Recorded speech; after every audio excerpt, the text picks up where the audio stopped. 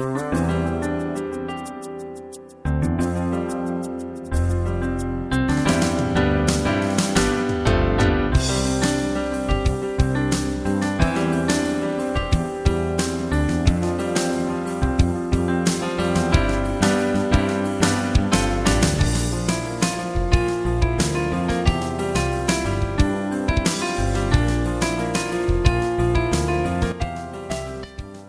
comenzar nuestra nueva serie titulada Las parábolas de Jesús.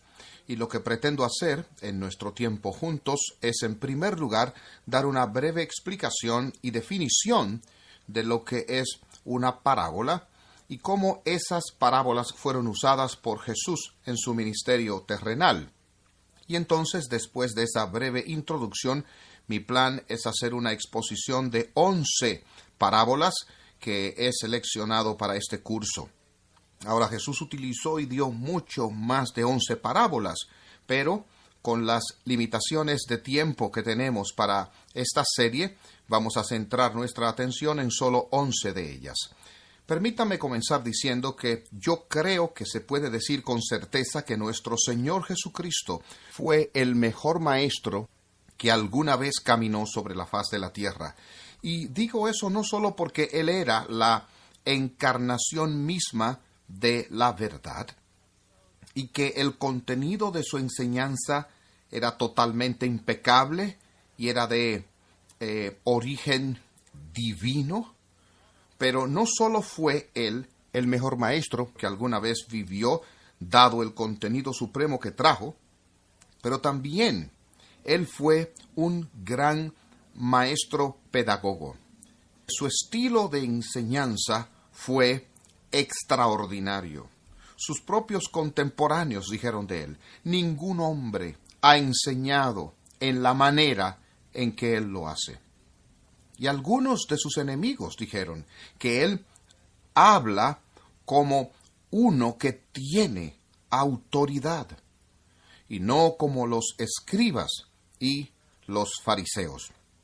Ahora permítame pausar por un segundo y comentar brevemente sobre esa declaración de que Jesús hablaba como quien tiene autoridad. Allí la palabra que se traduce por autoridad en algunos casos es la palabra griega que voy a transcribir aquí,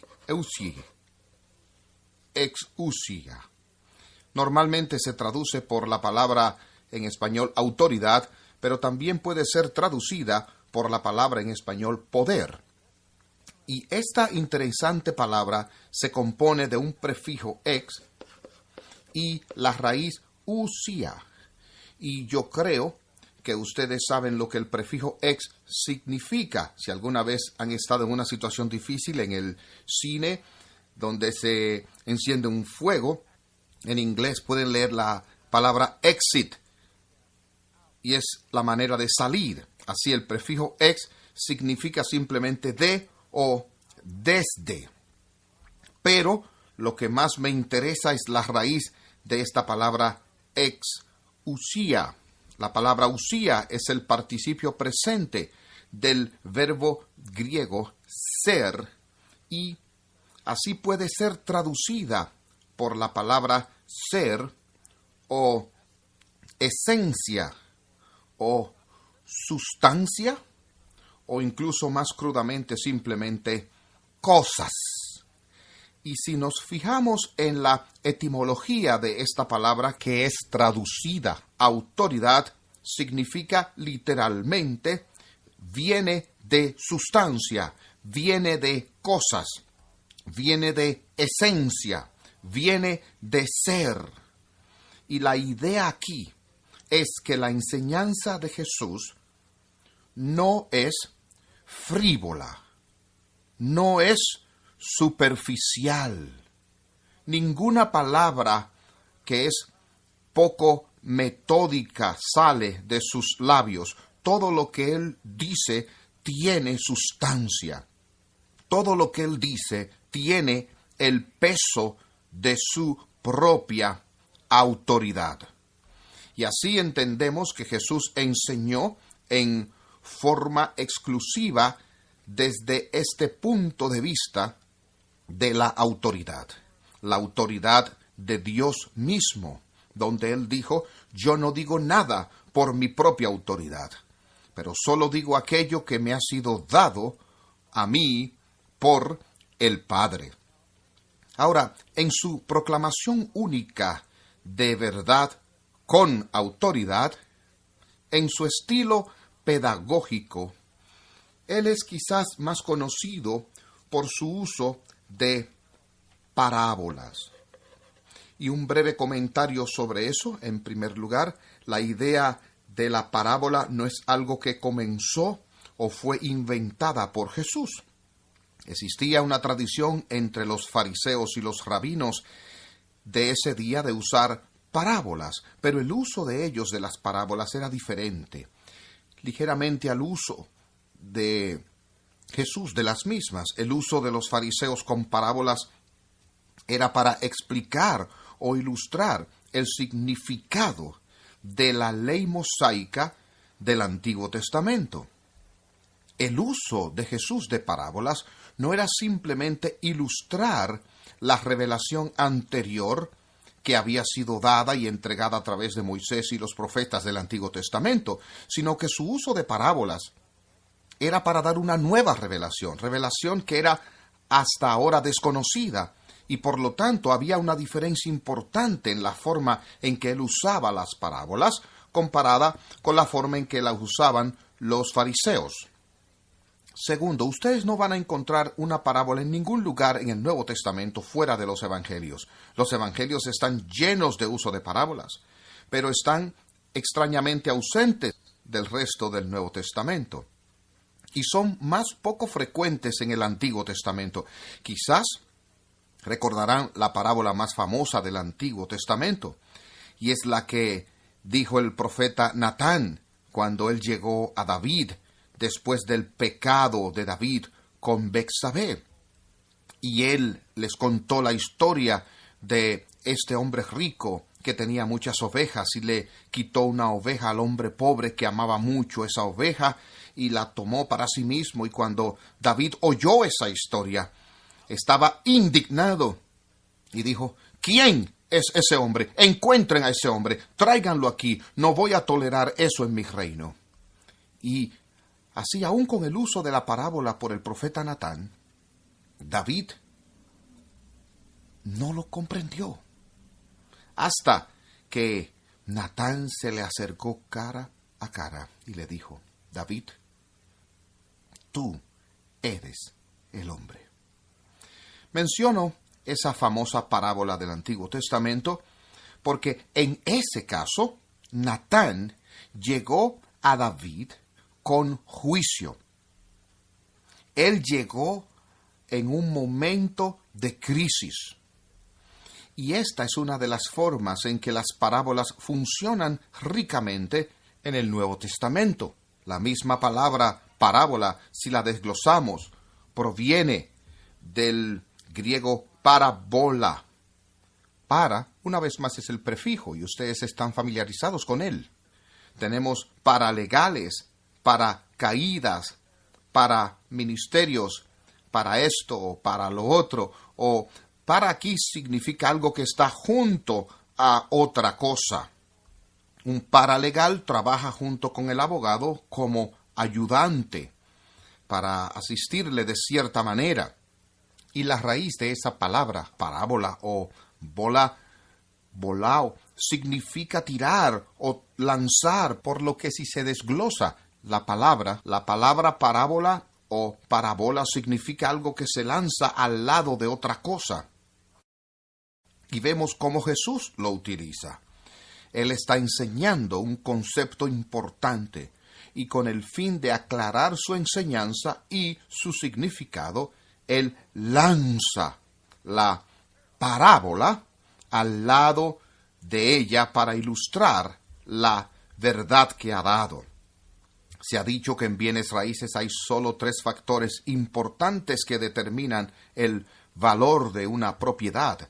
El primero es ubicación, el segundo es ubicación y el tercero es ubicación.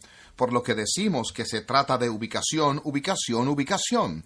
Se ha dicho de predicadores que la parte más importante de su proclamación es ilustración, ilustración, ilustración.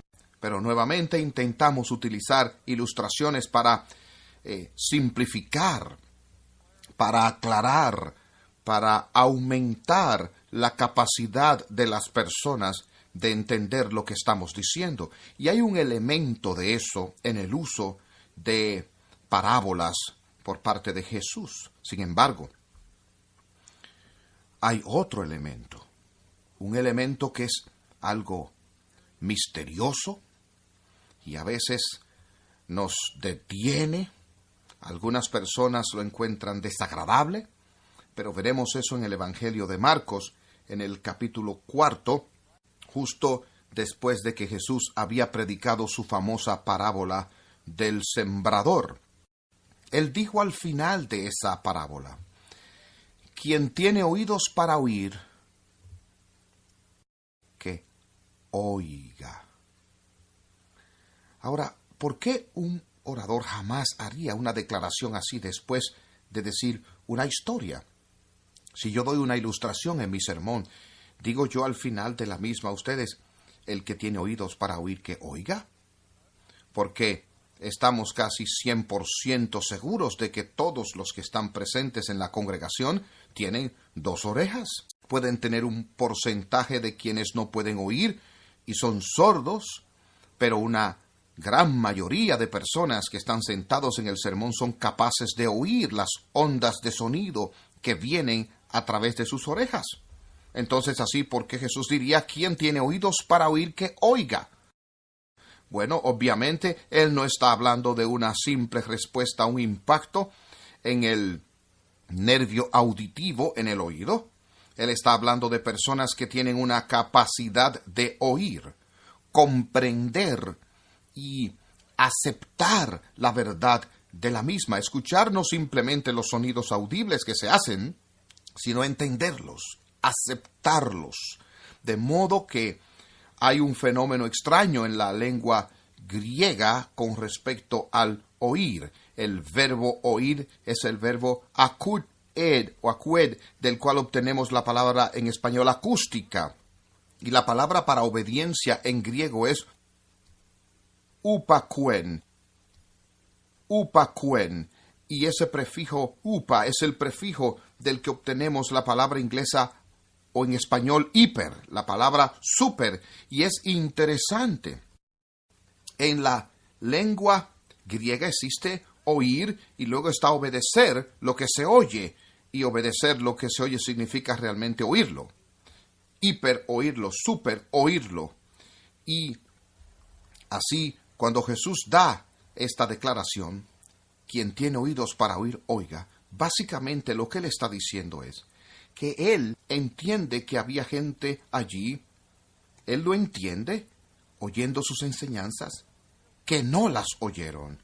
Nunca realmente perforó su entendimiento o su corazón. Y por eso Jesús hace una distinción entre los que oyen y los que no oyen. Y obtenemos más explicación sobre esto en el extraño pasaje en Marcos capítulo 4, donde leemos estas palabras. Después de que Jesús les dijo: quien tiene oídos para oír, que oiga. Pero cuando él estaba solo, aquellos que le rodeaban con los 12, le preguntaron acerca de la parábola. Y él les dijo: a vosotros os es dado el saber el misterio del reino de Dios, mas a los que están fuera, por parábolas todas las cosas. ¿Para qué? Les dice: viendo, vean y no perciban, y oyendo, oigan y no entiendan, para que no se conviertan y les sean perdonados los pecados. ¿Qué está pasando aquí? Es a aquellos que tienen oídos para oír, La parábola es un instrumento que Jesús usa para dar una comprensión más profunda de las cosas que Él está diciendo.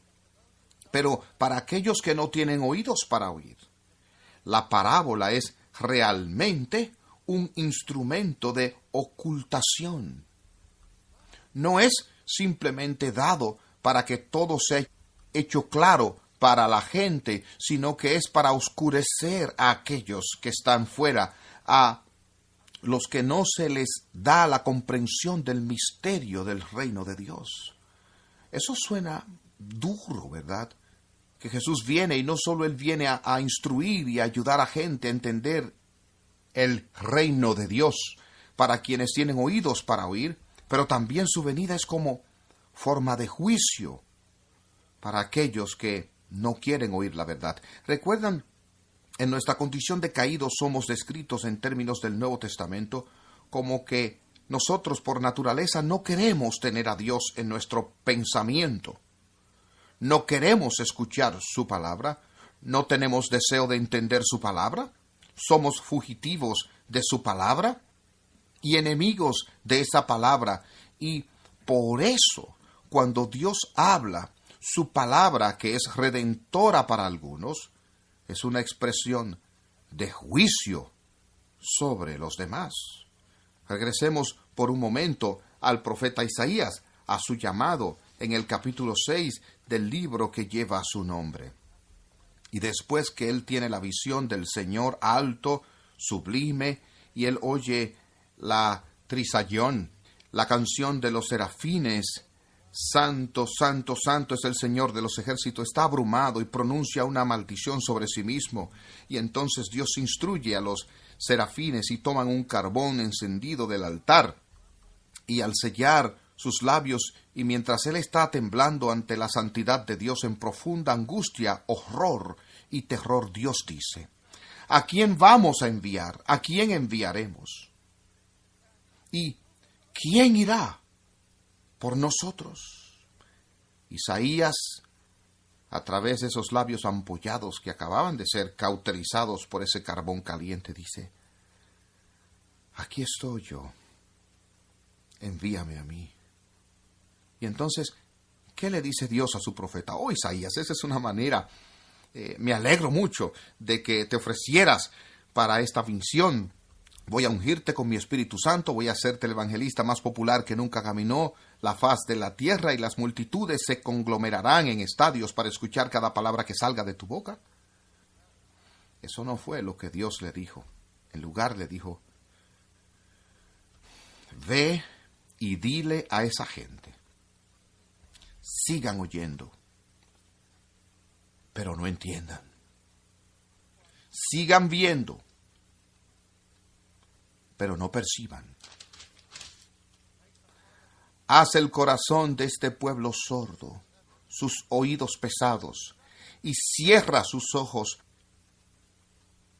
para que no vean con sus ojos y oigan con sus oídos, comprendan con su corazón y regresen y sean sanados. Isaías, te encargo que cierres los ojos del pueblo, que tapes los oídos de la gente, que sus corazones sean endurecidos, para que no se arrepientan y sean sanados. En otras palabras, tu misión es ser mi instrumento, simplemente de juicio. Y es un juicio de tipo, una especie de justicia poética. Estas personas no quieren oír mi palabra, entonces voy a entregarlos a su antipatía a mi palabra. Y no darles la capacidad de escuchar mi palabra. No quieren mirarme, voy a cerrar sus ojos, voy a hacer engrosar sus corazones, para que no escuchen la buena noticia y se conviertan.